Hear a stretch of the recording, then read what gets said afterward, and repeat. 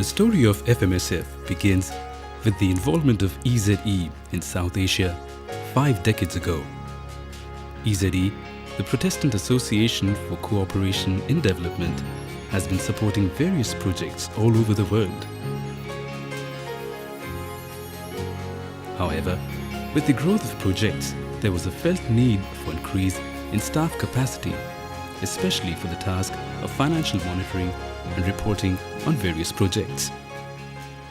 In the beginning of the 80s, the problem was that there was a very big backlog of unfinished files in EED, and EED could not cope with that problem because the staff could not travel to India and try to get all the documents. So there was then a consideration what to do, and there was a program started, program for strengthening accountability in India. And with that program, we tried to capacitate the organizations and also to improve the quality of the accounts and of the reports. At the time, in South Asia, the existing practices for financial management were adopted from the corporate sector. This worked in some cases, but in many others it failed to meet standard financial management practices. For example, an important aspect like generating financial reports could not in some cases fulfill the requirements at various levels. It was decided that there was a need to introduce a holistic approach to finance management and accountability. It has always been very important for EZE and also for EED to strengthen the capacity and the accountability and transparency of its partner organizations in the South. For that purpose also originally FMSF or FMS was formed, and FMSF has become a very strong partner in these efforts to strengthen the capacity of the partners in the South. Initially, the response was not much, since this was a revolutionary concept in the region. Organizations had to completely change their outlook towards management of developmental projects. Initially, in my opinion, if I can say, they were more focusing on fulfilling the donor requirements, and they were not trying to understand the fact, or not much awareness was prevailing to see that if you strengthen the overall financial management of an organization, that the donor's requirement also falls in place with that.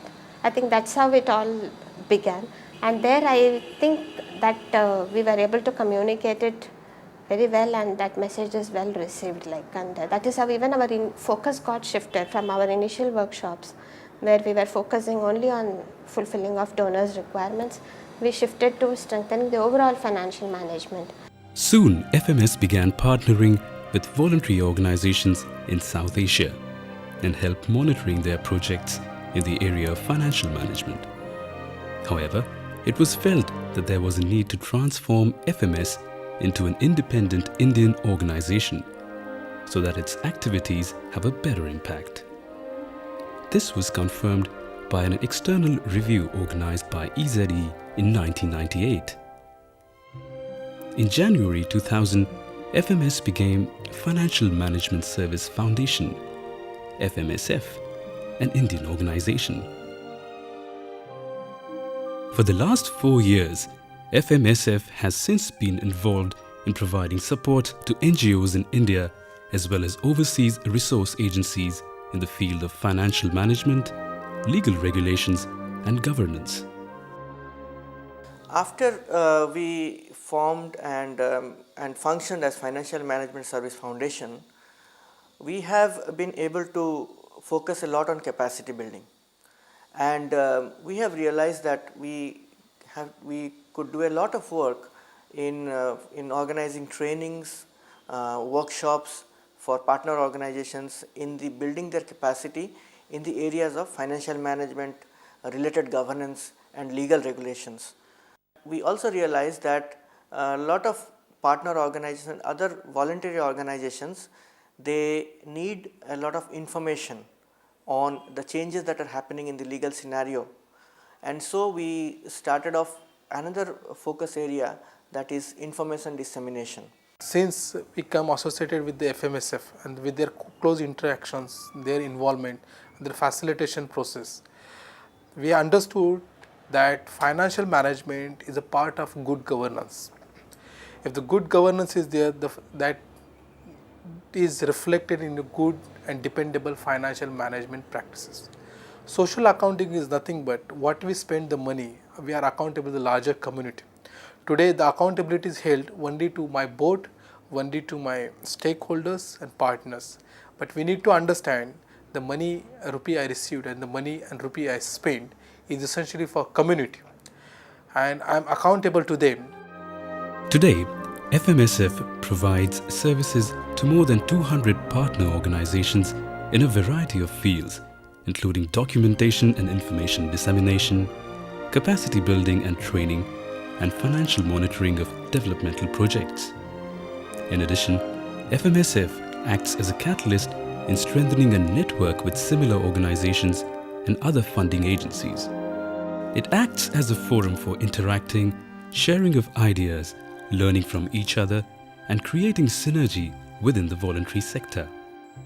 Earlier we were a financial management service and we were just the staff of 3 people with just one computer, and there was a small basement office, and we were in a rented apartment, koti you can say, and then things were a little very difficult, managing from Germany with that monitoring system and everything, and we were thrust areas was just monitoring and capacity building. Now of course with the time pass we have taken over finance monitoring, capacity building, publication, networking, financial consultancy, and then now the area has also expanded. We were just doing India, and now we are looking after to taken over projects from India, Nepal, Bangladesh and Sri Lanka. FMSF has developed a highly interactive website and publishes a periodical interface with up-to-date information on financial aspects of the developmental sector. It has also launched a dedicated website for information on legal aspects and FCRA law. FMSF believes in the motto, "Together we matter," and this is reflected in the team that works at the office, Accountability House. FMSF has strived to set the highest standards at the work environment for its team members so that they are able to contribute the best when they work with partner organizations. We try to keep in mind the hard realities which the partners may be facing. So, like in spite of having a duty to see that the ED requirements are fulfilled, we also ensure that the partner, who is also has a equal partnership, their concern is also taken into account. So we see what from our side we could do so that the partners' difficulty is also taken care of, as well as ED's reporting requirements are also met with. So there lies our crucial role. It is very sensitive, so we try to see, and that is very challenging. As part of its focus on promoting finance management and accountability, FMSF invites students training to join the voluntary sector to take up projects with the organization. During their internship, students gain valuable experience on program monitoring and accountability and the systems followed by voluntary organizations in South Asia. Jessica is a student from France and has been working with FMSF for over 6 months. I came to FMSF because I'm doing a trade and development school. So I needed some experience in NGO. I never worked in NGO. So it was an opportunity for me to discover the development in India and the world of NGOs. Okay, in FMSF is as well human and professional experience. Human experience, I met wonderful people, and we are having very good communication. And for professional life, I have some knowledge from my school, so I can practice here. And when I'm going to go back, I'm going to be able to look for a job and to show them that I have some knowledge and I have a professional experience. With over a decade of experience in South Asia, FMSF is all set to expand its activities in the area of financial management, accountability, and legal issues. Its main focus in the coming years will be developing and sharing innovative techniques for financial management with voluntary organizations. Partnering with like-minded agencies, it hopes to nurture developmental projects that will serve the poor and the marginalized in South Asia. I think this whole concept of social accountability and financial management is very, very important. And the significance of it as it was earlier, I feel that it is more in today's context. Because if we talk about good governance, we are questioning about good governance in the country, we are wanting people's participation. All these require transparency and openness. And another thing we have to understand that like in corporate sector where the profit is the motive, here I think the people are our motive, right? And it is very important that we invest on people. And the end result is we are creating people with dignity. One of the things that I strongly believe, and we as an organization believe, that at the end of the day, whether we are able to add value to the lives of the poor, so that is the defining question for us. We may be doing a lot of workshops, capacity building, all that is fine.